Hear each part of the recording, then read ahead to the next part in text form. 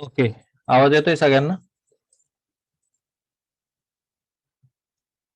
Hello. Yes sir. Okay.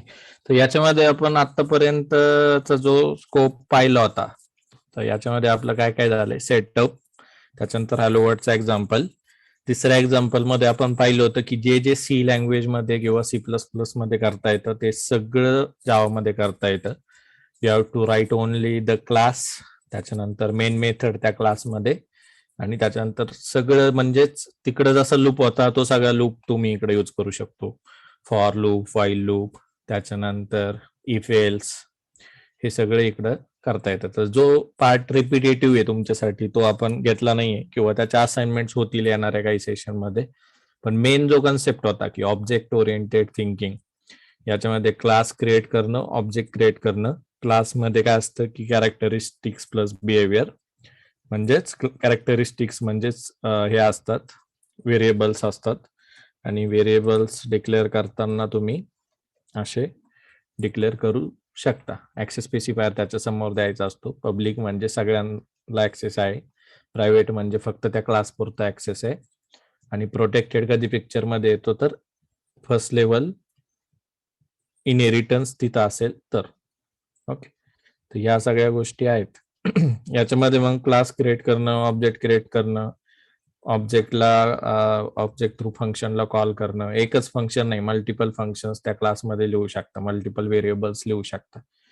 याच्यामध्ये पण मग कन्स्ट्रक्टर डिस्ट्रक्टरचा पण फ्लो आहे. जावामध्ये डिस्ट्रक्टर नाही आहे बरं का, हे लक्षात ठेवायचं. इंटरव्ह्यूला क्वेश्चन येतो बऱ्याचदा, मुद्दा म्हणून विचारलं जातं की जावामध्ये डिस्ट्रक्टर कसं काम करतं, तर त्याचा आन्सर काय आहे, there is no concept of destructor in Java. C++ मध्ये डिस्ट्रक्टर आहे.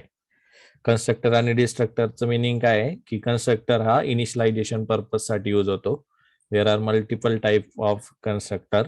पहिलं default constructor, parameterize constructor, copy constructor.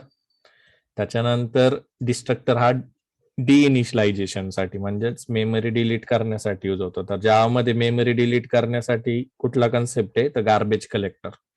Garbage collector असल्यामुळं इथं डिस्ट्रक्टरची गरज पडत नाही. तर हा सुद्धा इंटरव्ह्यूचा क्वेश्चन, म्हणजे मला स्वतःला सुद्धा हा इंटरव्ह्यूला विचारला गेलेला क्वेश्चन आहे. ज्यावेळेस मी जावाचे इंटरव्ह्यू देत होतो त्यावेळेस मुद्दामून विचारलं जातं की डिस्ट्रक्टर कसं काम करतं जावामध्ये. डिस्ट्रक्टर नावाचं कन्सेप्टच नाही जावामध्ये. तर त्याचं काम करण्यासाठी यांच्याकडे अल्टरनेटिव्ह कुठला आहे, गार्बेज कलेक्टर. ओके. कन्स्ट्रक्टर आहे. ओके. तर हे समजलंय क्लास कसा क्रिएट करायचा, क्लासमध्ये व्हेरिएबल कसे डिक्लेअर करायचे, क्लासमध्ये फंक्शन्स कसे लिहायचेत, multiple functions you can create, आणि फंक्शन्स लिहिले. आता क्लास नुसता लिहिला तर हा काय क्लास टेम्पलेट आहे, याच्यामध्ये तुम्ही फक्त व्हेरिएबल्स टाकू शकता, फंक्शन्स टाकू शकता, बरोबर. हा टेम्पलेट आहे. पण याच्यामध्ये याला जर तुम्हाला ऍक्सेस करायचंय किंवा त्याला काहीतरी मेमरी अलोकेट जर करायची, तर ती कधी होणार, फक्त ऑब्जेक्ट क्रिएट कर आपण त्यावेळेसच. आणि ऑब्जेक्ट क्रिएट करताना it should be always inside main method. Main method स्वतःसाठी एक स्वतःचा एक क्लास असणार, त्याच्यामध्ये मग मेन मेथड असेल, आणि जो डेमो क्लास वरती आपण क्रिएट केला ज्याच्यामध्ये मेथड्स आणि व्हेरिएबल लिहिले त्याचा आपण ऑब्जेक्ट क्रिएट केला. हा ऑब्जेक्ट क्रिएशनचा सिंटॅक्स. ओके. त्याच्यानंतर फंक्शन कॉल केलाय, त्याच्यामध्ये मग व्हेरिएबल्सला जर व्हॅल्यू इनिशियलाइज करायची असेल ती अशी करायची आहे. Okay. Int ino equal to 10 by default कुठला कन्स्ट्रक्टर कॉल होईल, जे C++ मध्ये असतं तसंच. C++ ला याच्यातले बरेच स्टुडंट होते, तर बाय डिफॉल्ट कुठला कन्स्ट्रक्टर कॉल होतो सांगता येईल का कोणाला? ज्यावेळेस आपण कन्स्ट्रक्टर एक्सप्लिसिटली प्रोग्राम मध्ये लिहित नाही त्यावेळेस पण एक कन्स्ट्रक्टर असतो, त्याचं नाव काय असतं सांगता येईल का कोणाला? प्रयत्न करा जर येत असेल तर. Default constructor.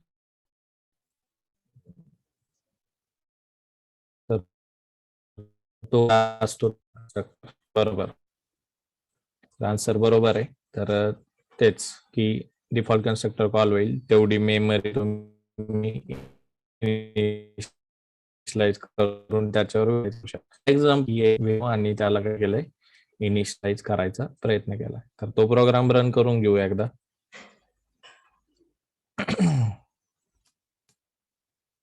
Okay. Demo class OBJ. याचं नाव लागेल जावा सी क्लास ओबी. आणि ज्यावेळेस क्लास लिहिता येणार आहे तर याच्यामध्ये आहे ना क्लासचं नाव, जे मेन मेथडचं क्लासचं नाव आहे ते आणि प्रोग्रामच्या फाईलचं नाव हे सेम लिहा. त्याच्यातून तुमचा काय होणार आहे, इथालचं नेमिंग कन्व्हेन्शन सेम राहील. प्रोग्राम रन करताना ते नाव द्यायचं जावासी. तो ऑब्जेक्ट फाईल तयार कराल. ऑब्जेक्ट फाईल तयार केली की ती फाईल इथून अशी रन करायची. ओके, झाली रन. कळालंय इनिशियलाइज वगैरे कसं झालं. आणि याच्यामध्ये मग इनिशियलाइज जी व्हॅल्यू आहे ती तुम्ही ऍक्सेस वगैरे करू शकता. त्याच्यानंतर ती प्रिंट पण करू शकता. आता 10ची जी व्हॅल्यू आहे ती जर तुम्हाला प्रिंट करायची असेल तर ती प्रिंट कशी करणार, तर त्याचा कोड आपण पाहिलाय त्या दिवशी, system dot out print F चा.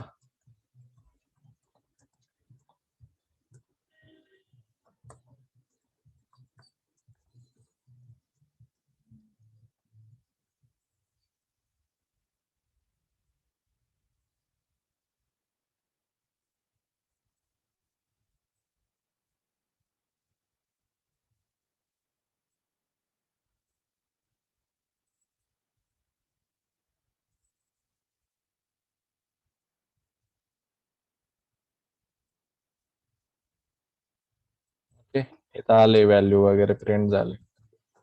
आता बाकीचं सगळं सी लँग्वेजचं जसं टाकू शकतो. हा बोला ना. ती सेकंड असाइनमेंट रिपीट करा ना एकदा. हा, सेकंड असाइनमेंट पण होणार आहे. त्याच्या आधीची मी असाइनमेंट म्हणजे ह्या प्रोग्राम सेकंड असाइनमेंटच्या आधी हा प्रोग्राम होता, तर त्याच्यामध्ये एक टॉपिक राहिला होता आपला त्या दिवशी, की ऍक्सेस स्पेसिफायर विथ व्हेरिएबल्स हे कसे क्लासमध्ये घ्यायचे. तर तो मी ऍड करतोय आजच्या सेशन मध्ये. म्हणजे क्लास पण ऑब्जेक्ट पण, क्लासमध्ये मेथड लिहिलं, क्लासमध्ये व्हेरिएबल लिहिल्या आणि ते आपण इथे ऍक्सेस केला. पुढचा जो प्रोग्राम आहे सेकंड असाइनमेंटचा तो रिपीट करणारच आहे मी. हा प्रोग्राम क्लिअर आहे सगळ्यांना? याच्यात डाऊट्स? काय केलंय कळलंय ना? क्लास कसा क्रिएट केलाय, क्लासची डेफिनेशन्स आता तुम्हाला व्हिज्युअलाइज व्हायला पाहिजे. Characteristics plus behaviour. ओके, आणि सर कॅरेक्टरिस्टिक्स पब्लिक म्हणजे जर ऍक्सेस स्पेसिफायर जर वरती लिहिला आणि डेटा मेंबर जर खाली लिहिला तर म्हणजे एरर येते का? हा, याच्यामध्ये वेगळं आहे. याच्यामध्ये एरर येतं. सी प्लस प्लसचा सिंटॅक्स असा होता, पब्लिक लिहायचं आणि नंतर असं लिहायचं. याच्यामध्ये एरर येतो. जावा मध्ये असं आहे सिंटॅक्स. कळलं? Yes sir. C plus plus आणि जावा कन्सेप्ट एकच, ऍक्सेस स्पेसिफायरचा कन्सेप्ट एकच, कन्स्ट्रक्टरचा कन्सेप्ट पण एकच, क्लास ऑब्जेक्टचा कन्सेप्ट पण तोच, फक्त थोडा सिंटॅक्टिकली डिफरन्स. म्हणजे इथं क्लास आणि ऑब्जेक्ट क्रिएट करताना तिकडे कसं होतं की मेन मेथड मध्ये डायरेक्ट लिहायचो आपण मेन मेथड. ती मेन मेथड क्लासमध्ये नसायची सी प्लस प्लस मध्ये. ज्यांनी सी प्लस प्लस केलंय त्यांना आयडिया येत असेल की तिकडे डायरेक्ट मेन मेथड लिहित होतो आपण. ती मेन मेथड क्लासमध्ये नव्हती. जावा प्युअर ऑब्जेक्ट ओरिएंटेड काय आहे, तर एव्हरीथिंग इथं ऑब्जेक्ट ओरिएंटेड. मेन मेथडला सुद्धा क्लासच लिहायला लागतो. त्याच्यासाठी जावाला प्युअर ऑब्जेक्ट ओरिएंटेड लँग्वेज म्हटलं जातं. कळालं? तर हे असं ऍक्सेस करू शकतो. प्रिंट आतापर्यंत आपण फक्त दाखवायचं काम करतोय, म्हणजे आउटपुट शो केस करायचं, व्हॅल्यू वगैरे प्रिंट करायचं. तर जसं तिकडं सी मध्ये प्रिंट एप स्कॅन एप होतं, म्हणजे युजर कडून आउटपुट घेण्यासाठी, युजर कडून इनपुट घेण्यासाठी. तर इकडं पण एक वेगळा कन्सेप्ट आहे, तो पण आपण आता बघणार. आता तर क्लॅरिटी एवढीच ठेवा की आपण शो केलंय आउटपुट किंवा व्हॅल्यू. ओके, मेन मध्ये असेल तर इनसाइड मेन क्लास म्हटलोय, किंवा जर फंक्शन मध्ये असेल तर इनसाइड ते पर्टिक्युलर फंक्शन म्हटलं. ओके, बाकी डिफॉल्ट कन्स्ट्रक्टरचा सिंटॅक्स पण इथं पण वर्क होतो, जसा तिकडं होता ना डिफॉल्ट कन्स्ट्रक्टरचा, तो इथं पण तसाच काम करतो.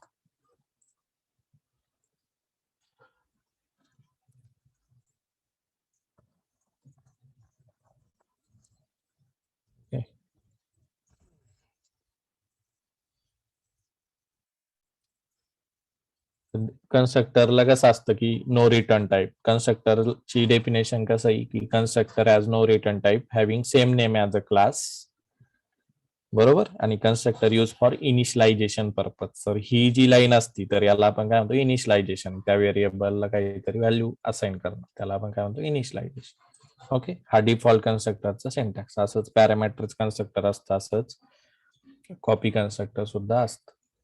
हे सगळे कन्सेप्ट जे असतात UPS चे लिहून ठेवा. UPS शिकताना 20 कन्सेप्ट आहेत जे कोर आहेत. कुठले कुठले क्लास, ऑब्जेक्ट, एनकॅप्सुलेशन, ऍब्स्ट्रॅक्शन, त्याच्यानंतर इनहेरिटन्स, पॉलिमॉर्फिझम, याच्यामध्ये पण वेगवेगळे नाव परत. ऍक्सेस स्पेसिफायर मधले 3 पब्लिक, प्रायव्हेट, प्रोटेक्टेड.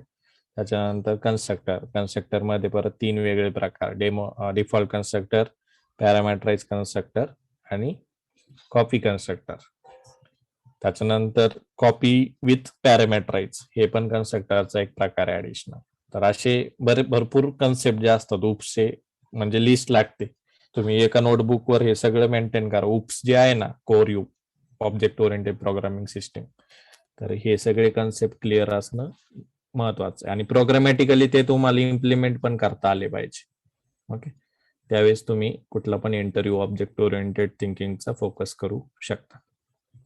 हे क्लिअर आहे सगळ्यांना? क्लास, ऑब्जेक्ट हे आता परत तुमचं रिपीट होणार आहे.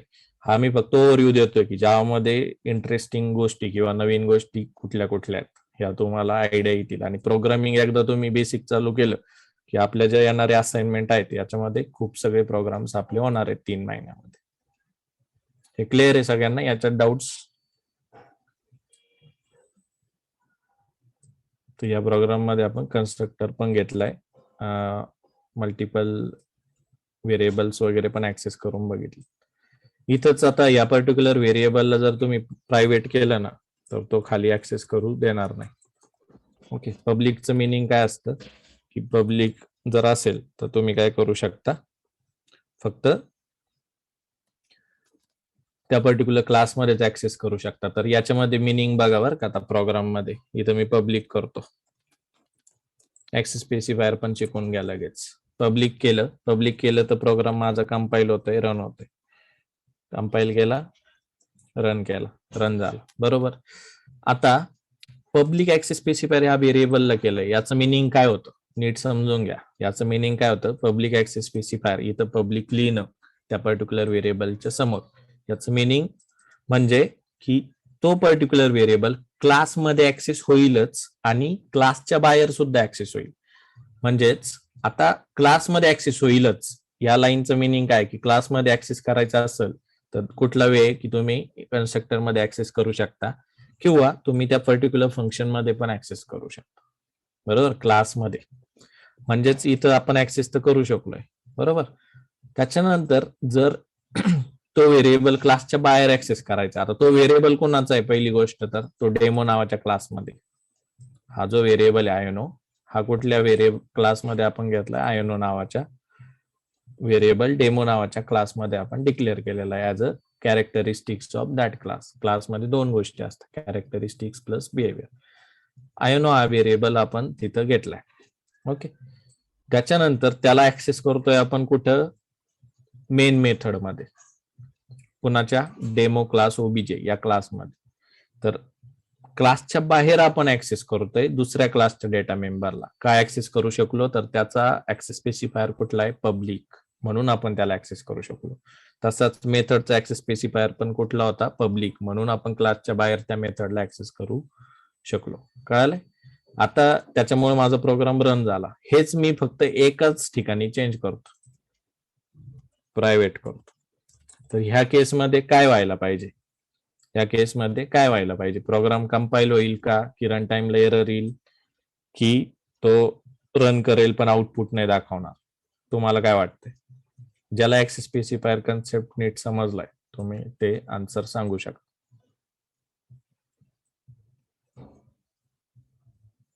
आणि ट्राय करा सांगायचं. मी फक्त लाईन नंबर 6 म्हणजेच डेमो नावाच्या क्लासमध्ये काय केलंय, एकच ठिकाणी चेंज केलाय. तो पर्टिक्युलर व्हेरिएबल जो पब्लिक होता त्याला मी काय केलंय, प्रायव्हेट केलंय, म्हणजेच त्याचा ऍक्सेस स्पेसिफायर चेंज केलं. सांगताय का कोणी काय होईल या केसमध्ये जर कंपाईल केला तर, आणि काय वाटतंय तुम्हाला, तो ऍक्सेस करू देईल का इथं क्लासच्या बाहेर?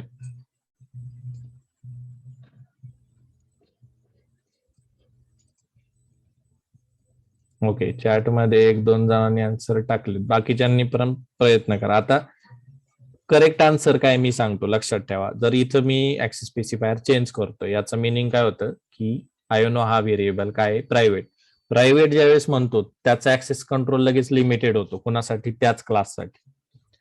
एकदा जर तुम्ही प्रायव्हेट डेटा मेंबर क्रिएट केला किंवा प्रायव्हेट फंक्शन क्रिएट केले तर you can not access that member in the outside of the class. म्हणजे त्या क्लासच्या बाहेर तुम्ही ऍक्सेस करू शकत नाही, असं त्याचा मिनिंग होतो.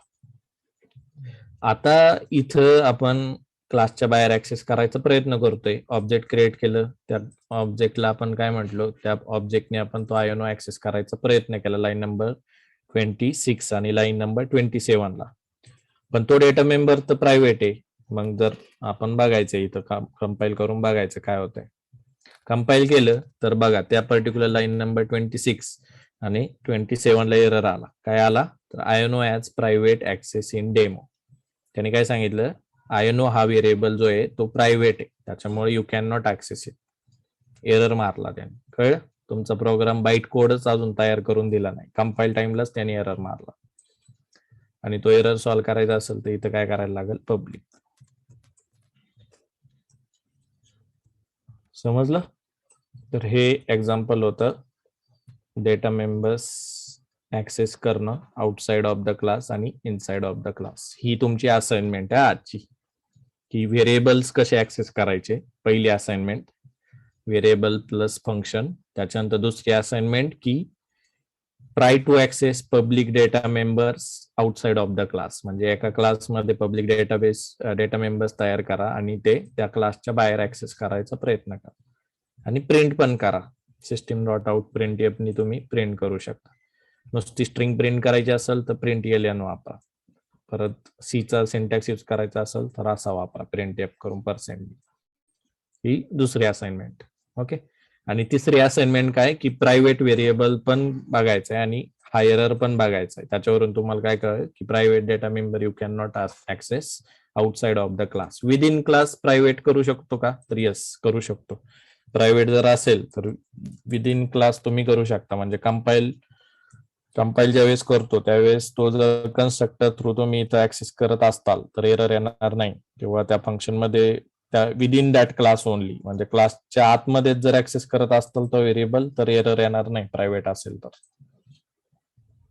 क्लासच्या बाहेर केलं तर एरर येणार. आता तोच पार्ट तुम्ही कसा व्हेरीफाय करू शकता, असं इथं जर कमेंट केलं मी, म्हणजे क्लासच्या बाहेर ऍक्सेस नाही केलं प्रायव्हेट करून, तर काय आलं, इथं मी रन करतोय आणि ह्याच्यामध्ये तो प्रोग्राम पण रन झाला. म्हणजेच ह्या सिंटॅक्सला एरर आला नाही. कन्स्ट्रक्टर जिथं आपण क्लासच्या आतमध्येच प्रायव्हेट डेटा मेंबर ऍक्सेस करत होतो त्या सिंटॅक्सला एरर आला नाही. आणि फंक्शन मध्ये पण तुम्ही ती व्हॅल्यू ऍक्सेस करू शकता. System dot out dot printf %d इथं टाका व्हॅल्यू ऑफ आयोनो इक्वल टू %d आणि ओके. प्रायव्हेट डेटा मेंबर आहे, त्याला मी त्याच क्लासमध्ये ऍक्सेस करायचा प्रयत्न केला. त्याच्यामुळे काय होणार आहे, तो particular data member access print एलियनच्या जागेवर प्रिंट एफ पाहिजे.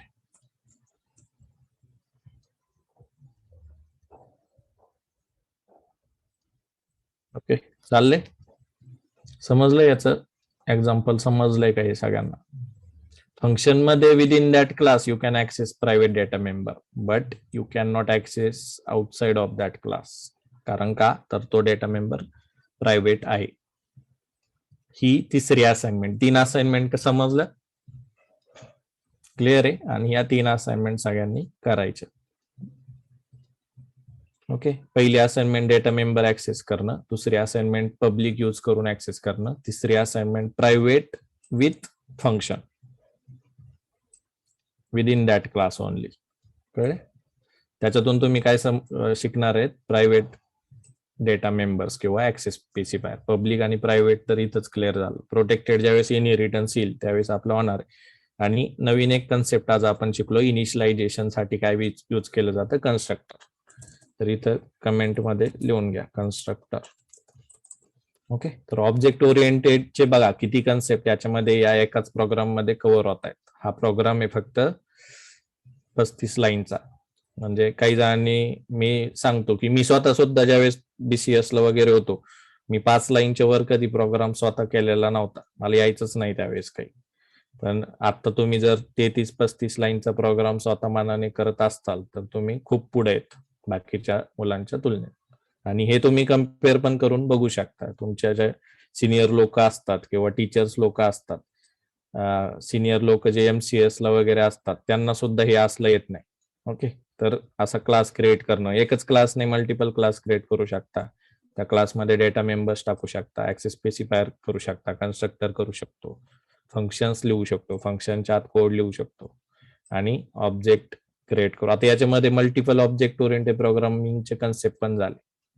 क्लास झाला, ऑब्जेक्ट झाला, कन्स्ट्रक्टर झाला, ऑब्जेक्ट थ्रू कॉल करणं हा एक सिंटॅक्स झाला, बरोबर. तर असे 5-6 कन्सेप्ट ऑब्जेक्ट ओरिएंटेडचे आपण या एका प्रोग्राम मध्ये घेतलेत. आणि याच्यामध्ये ऍक्सेस स्पेसिफायर हा एक महत्वाचा कन्सेप्ट आहे, पब्लिक आणि प्रायव्हेट. ओके, याच्यामध्ये सिंटॅक्टिकली लक्ष द्या सगळे. C++ मध्ये प्रायव्हेट कोलन इंटियनो असा सिंटॅक्स होता, याच्यामध्ये तसा जर लिहिला तर एरर येतो. याच्यामध्ये ऑलवेज व्हेरिएबलच्या समोर ऍक्सेस स्पेसिफायर द्यायचं. ओके, तर हा 3 असाइनमेंट्स तुमच्या याच्यामध्ये झालेल्या आहेत. याच्या आतापर्यंत जेवढं झालं त्याच्यात तुम्हाला डाऊट्स आहे का? आजचा जो पॉइंट होता आपला object oriented programming concept with actual example, हा आपण बघितलेला आहे. याच्यामध्ये क्वेश्चन आहेत का कोणाला? असतील तर विचार.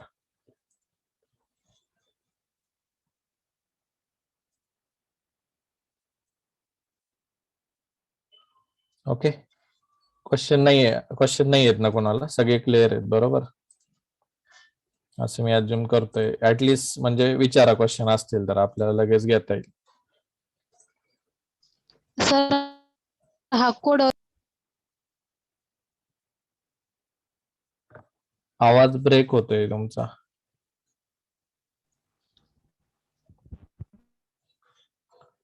हॅलो,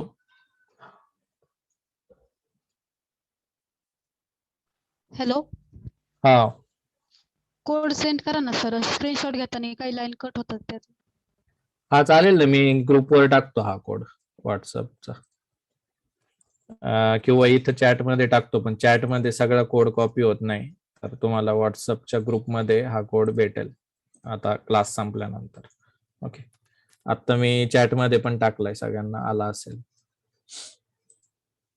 चालेल, तर याचा जास्तीत जास्त कन्सेप्ट, थेरोटिकल कन्सेप्ट आणि त्याच्यानंतर सिंटॅक्स महत्वाचा आहे. फक्त पाठ करायचं नाहीये, सिंटॅक्स हात चालला पाहिजे प्रोग्राम करताना. ओके, तर हे ऑब्जेक्ट ओरिएंटेड प्रोग्रामिंगचे कन्सेप्ट होते. क्लास, त्याच्यानंतर ऑब्जेक्ट क्रिएट करणं. ऑब्जेक्टची डेफिनेशन काय? Object is a instance of a class. Object is an real life entity. Object create केल्यानंतरच त्या क्लासला मेमरी किंवा आयडेंटिटी भेटते. ऑब्जेक्ट थ्रूच तुम्ही त्या क्लासचे डेटा मेंबर्स ऍक्सेस करू शकता. Without creating object you can not access anything. Okay, त्याच्यानंतर आपण पुढचा कन्सेप्ट बघितला होता की क्लासमध्ये व्हेरिएबल डिक्लेअर करू शकतो, व्हेरिएबल ऍक्सेस करू शकतो बाय युजिंग कन्स्ट्रक्टर. इनिशियलाइज पण करू शकतो त्याला काहीतरी व्हॅल्यू, आणि ती व्हॅल्यू आपण फंक्शन मध्ये प्रिंट पण करू शकतो. याच्यामध्ये तुम्ही डेटा मेंबर्सला ऍक्सेस स्पेसिफायर देऊ शकता. पब्लिक दिला तर काय होतो, त्या क्लासमध्ये तर होतच ऍक्सेस, पण क्लासच्या बाहेर पण ऍक्सेस होईल, म्हणजेच मेन मेथड मध्ये पण ऍक्सेस होईल जिथं आपण ऑब्जेक्ट क्रिएट करतो तिथं. त्याच्यानंतर जर प्रायव्हेट दिलं तर you can access that data member only within the class, आउटसाइडने ऍक्सेस करू शकत नाही. तेच प्रायव्हेट डेटा मेंबर्सचं एक्झाम्पल. ओके, हे सगळे कन्सेप्ट नीट ठेवा. आणि हा प्रोग्राम जोपर्यंत ऑब्जेक्ट ओरिएंटेड थिंकिंग तुमचं क्लिअर होत नाही तोपर्यंत परत करा. परत क्लास ऑब्जेक्टचा विचार करा. क्लास कसा लिहू शकतो, क्लासमध्ये कुठल्या कन्सेप्ट असतात. तर काय असतं, कॅरेक्टरिस्टिक्स प्लस बिहेवियर. तर पहिले 5-6 दिवस मी तुम्हाला त्याच गोष्टी तुमच्या डोक्यामध्ये म्हणजे फिट करायचा प्रयत्न करतोय की इथून पुढे तुमचा क्लास कधीच विसरला नाही पाहिजे. क्लास कसा आहे हा जर मी तुम्हाला क्वेश्चन विचारला तर लगेच तुमच्या तोंडातून आलं पाहिजे, class is an combination of characteristics plus behaviour. क्लासमध्ये आपण डेटा मेंबर्स क्रिएट करू शकतो किंवा क्लासमध्ये आपण फंक्शन्स क्रिएट करू शकतो.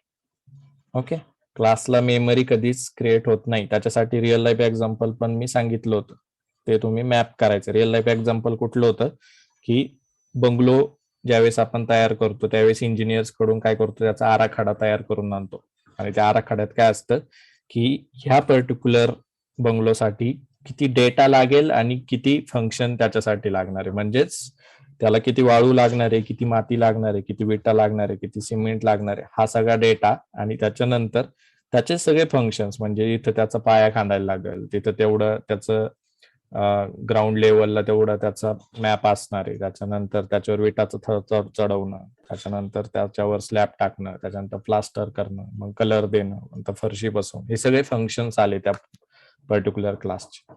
पण तो काय आहे, क्लास कागदावर आहे, म्हणजे तो पर्टिक्युलर बंगलो तोपर्यंत कागदावर आहे. पण ज्यावेळेस हे सगळं तयार कधी होईल, ज्यावेळेस त्याचा ऑब्जेक्ट क्रिएट होईल त्यावेळेस त्याला काहीतरी मेमरी भेटणार आहे आणि तोच पूर्ण रिअल लाईफ एक्झाम्पल यांनी प्रोग्रामॅटिकली इथं टाकला.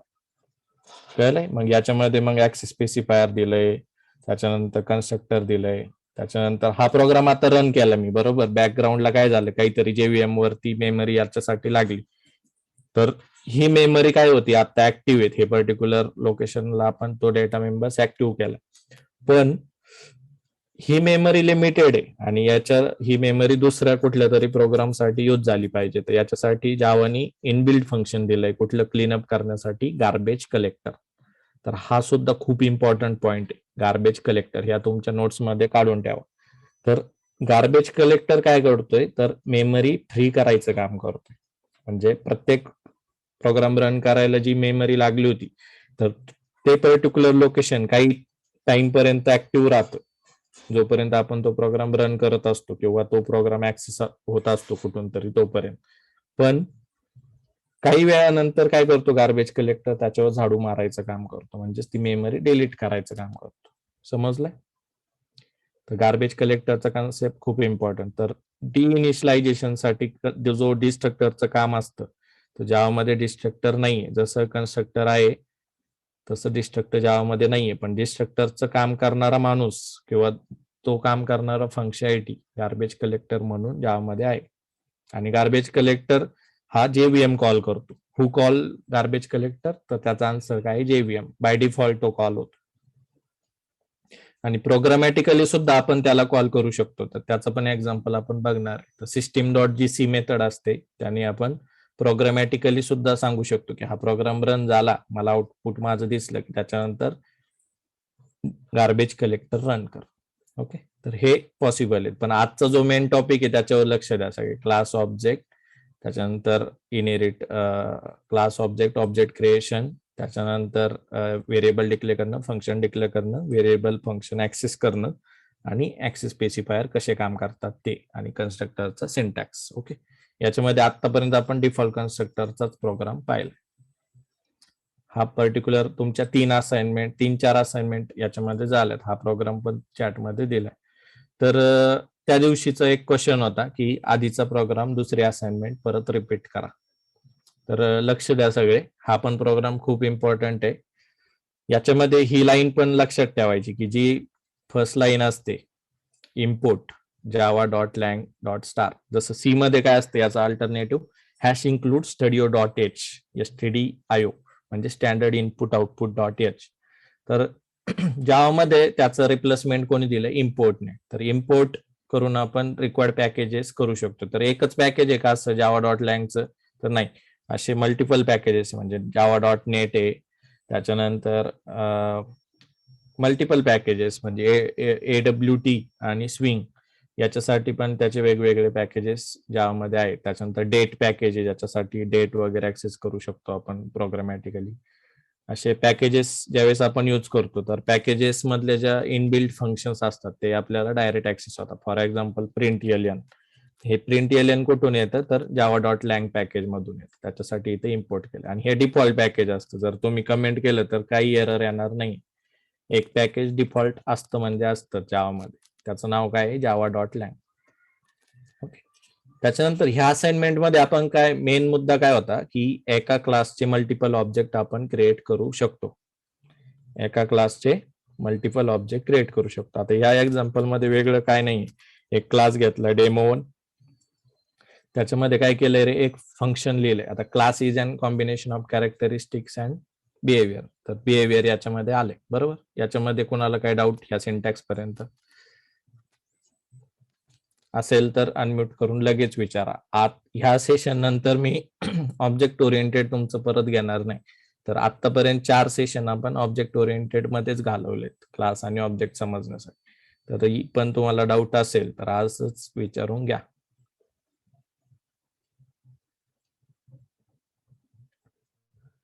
ओके, तर क्लासमध्ये आपण असं बिहेवियर डिक्लेअर करतो. आता याच्यामध्ये हा क्लास झाला. आता क्लास झाला, पण त्याच्यामध्ये क्लासचा आपण काय करतो, ऑब्जेक्ट क्रिएट करतो. ऑब्जेक्ट कधी क्रिएट करणार, मेन मेथड ज्यावेळेस कॉल होते त्यावेळेस. मग मेन मेथडचा एक स्वतःचा क्लास आला. त्या क्लासचा आपण काय केलं, जुना जो क्लास होता डेमो1 त्याचं काय केलं, इथं ऑब्जेक्ट क्रिएट केलं. बरोबर, डेमो1 वरतीच डिक्लेअर केलं आणि त्याच्यात एक फंक्शन लिहिलं. तर त्याचं ऑब्जेक्ट क्रिएट केलंय.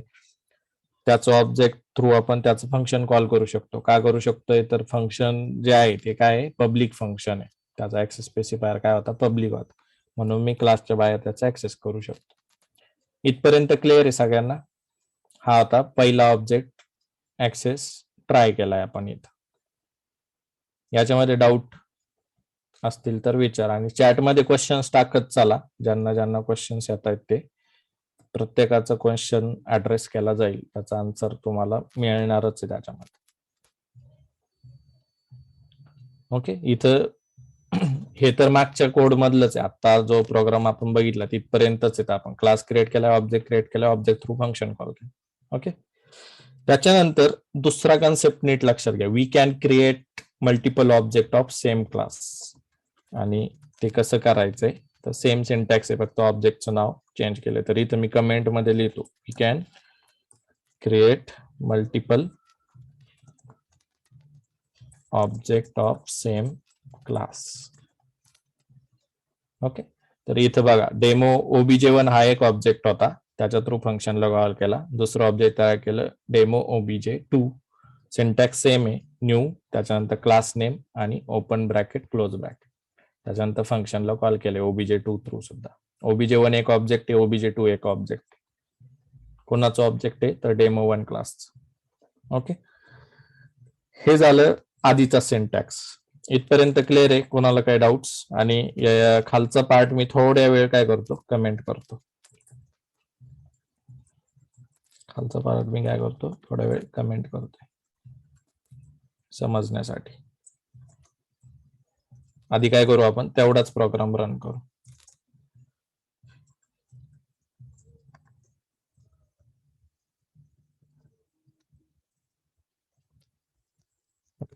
खालचा सगळा पार्ट कमेंट केलाय. इथपर्यंत काय, एक OBJ1 होतं, एक OBJ2 आहे, आणि दोघांनी पण काय केलंय, फंक्शनला कॉल केलं. तो प्रोग्राम रन करू. प्रोग्राम रन करायचा कसा, तर कंपायलरला पाठवायचा ऑब्जेक्ट, त्याच्यानंतर क्लास डॉट जावा, त्याच्यानंतर तुमच्या प्रोग्रामचं नाव जावा आणि दे. आता बघा, एक OBJ1 नी कॉल मारलाय लाईन नंबर 26 मधून, नंतर OBJ2 नी कॉल मारलाय लाईन नंबर 29 वरून. इथपर्यंत क्लिअर आहे सगळ्यांना?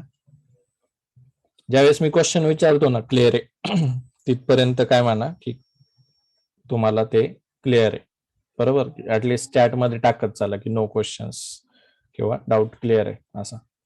तर इथं बघा की न्यू एक क्वेश्चन आलाय की न्यू काय आहे. तर इथं आपण हा ऑब्जेक्ट क्रिएशनचा सिंटॅक्स आहे. याच्यामध्ये क्रिएशनचा सिंटॅक्स काय असतो की क्लास नेम, त्याच्यानंतर ऑब्जेक्ट नेम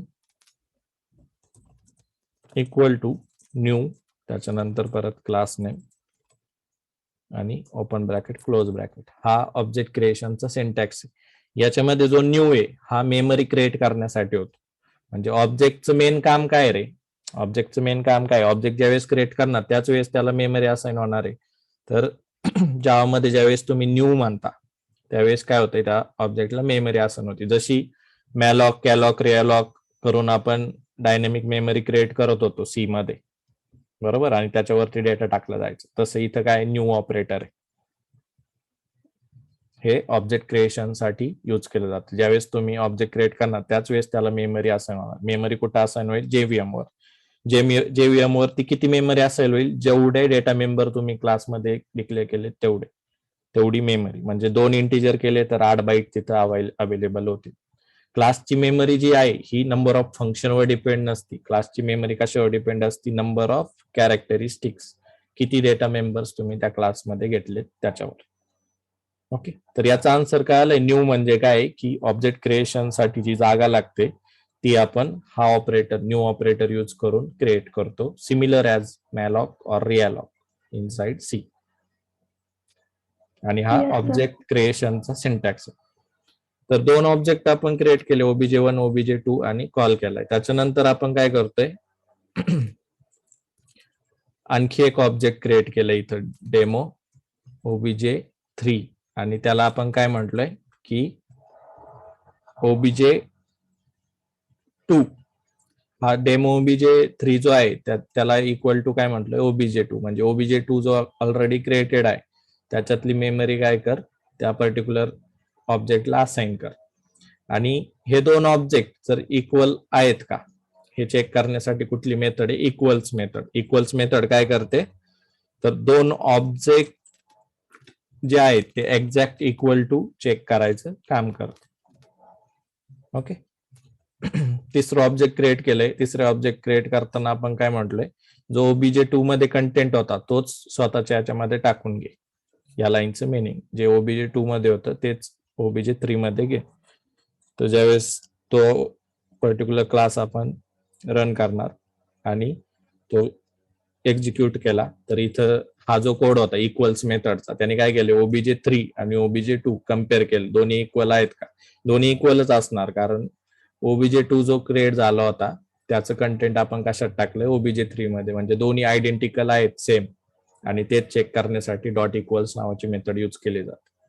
तर ते चेक करण्यासाठी आपण इफ एल्स इथं लावलाय. नॉर्मल इफ एल जे C++ मध्ये होतं तेच. त्याच्यामध्ये फक्त सिंटॅक्स लिहिलाय OBJ3 dot equals equal OBJ2. हे जर सेम असेल तर याच्यामध्ये ट्रू होईल तो आत येईल आणि ही पर्टिक्युलर लाईन एक्झिक्यूट होईल. Both objects are same. जर नसेल तर काय सांगाल? Both objects are different. इथं आउटपुट काय आलंय? Both objects are same. म्हणजेच इक्वल्स मेथड बरोबर काम करते. OBJ3 इक्वल टू OBJ2 हे इथं आपण एक्सप्लेन केलं. समजलंय? याच्यात डाऊट आहे का कोणाला?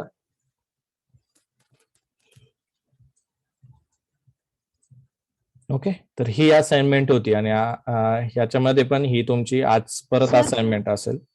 हा, विचारा. ते इक्वल्स स्पेलिंगच घ्यावं लागतं का? सिम्बॉल नाही यूज होत का? नाही, इथं इक्वल्स मेथड आहे. इफ मध्ये हा, इथे इक्वल्स मेथड. इक्वल्स काय करते? एक्झॅक्ट इक्वल टू चेक करते. जर तुम्ही इक्वल टू जर घेतलं असं तर ते वर्क होणार नाही. इक्वल टू ऑब्जेक्ट जे आहे त्याने बघा एरर मारला. ओके, ऑब्जेक्ट वरती इक्वल्स मेथडच लागते. ओके,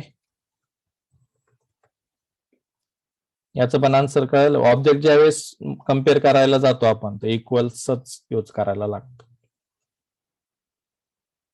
ओके, नाहीतर एरर येतो. त्याच्यानंतर इक्वल टू जर घेतलं तर तो काय होईल? एक्झॅक्ट इक्वल टू कम्पेअर करणार नाही. म्हणजेच जावा सी कंपाईल मारला त्याच्यानंतर Java both objects are same. Okay, या केसमध्ये पण इक्वल टू जो आहे तो त्यांनी बरोबर कम्पेअर केलं. पण रेकमेंडेड ही आहे की इक्वल्स मेथड यूज करा. इक्वल्स मेथडचं जे मिनिंग आहे ते मी तर कमेंट मध्ये पण लिहिलंय.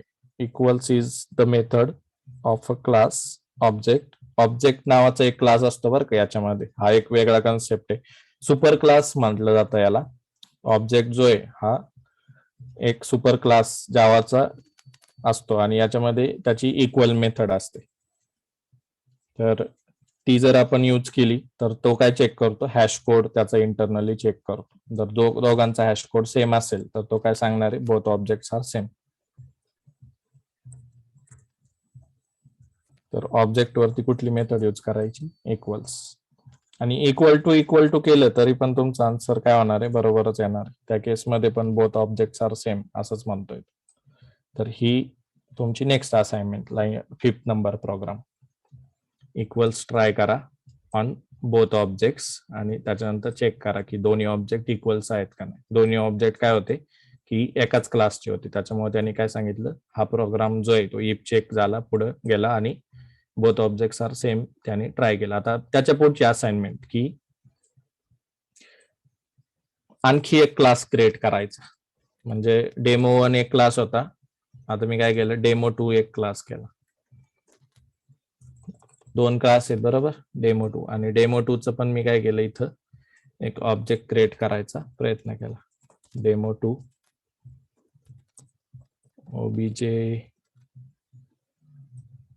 obj demo 2 equal to new demo 2 आणि हा ऑब्जेक्ट क्रिएट करायचा सिंटॅक्स. याच्यामध्ये बघा, obj3 कोणाचं ऑब्जेक्ट आहे, डेमो 1चं, आणि obj2 हे कोणाचं ऑब्जेक्ट आहे, डेमो 2चं. obj डेमो 2 हे डेमो 2 या क्लासचं ऑब्जेक्ट आहे. आता याच्यामध्ये मी इक्वल्स मेथड चालवली, तर हा obj3 कोणाचा होता, डेमो 1 या क्लासचा ऑब्जेक्ट होता. obj डेमो 2 हा डेमो 2 नावाच्या क्लासचा ऑब्जेक्ट आहे आणि दोघांवरती मी काय चालवते, इक्वल्स नावाची मेथड. तर इथं बघा आउटपुट डिफरंट आले, बोथ ऑब्जेक्ट्स आर डिफरंट, कारण ते वेगवेगळ्या क्लासचे आहेत.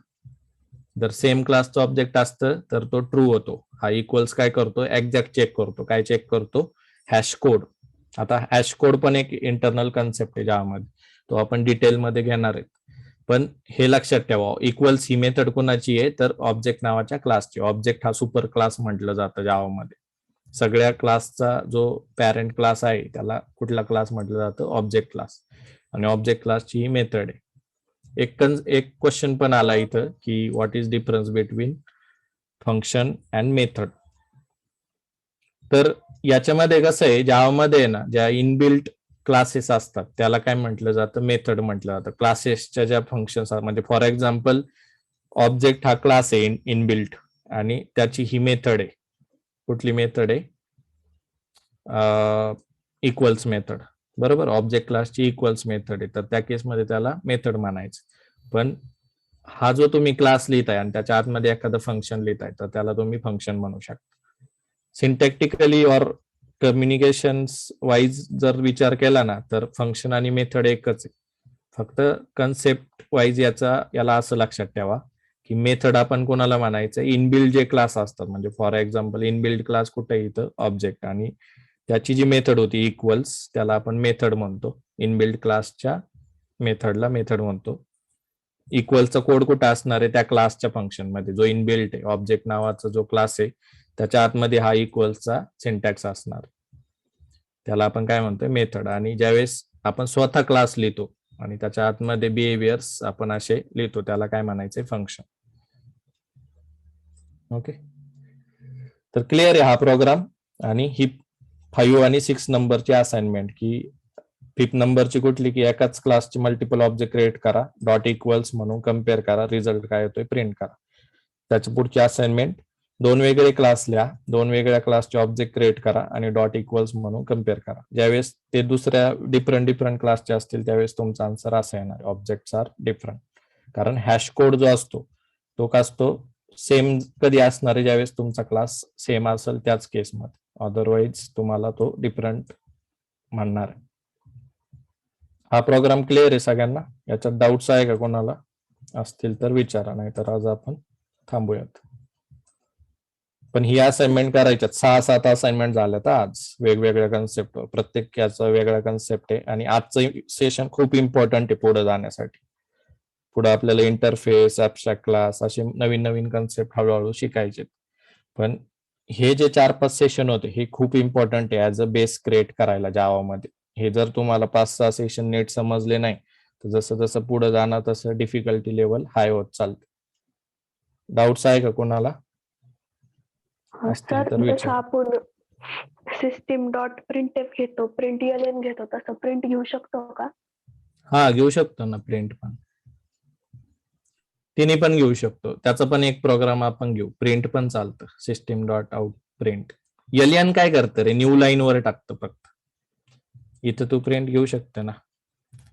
एलियन काय करतं, फक्त न्यू लाईनला आउटपुट टाकतं. तर तोच डिफरंट आहे, त्याचा डिफरन्स आहे प्रिंट एलियन आणि प्रिंट मध्ये.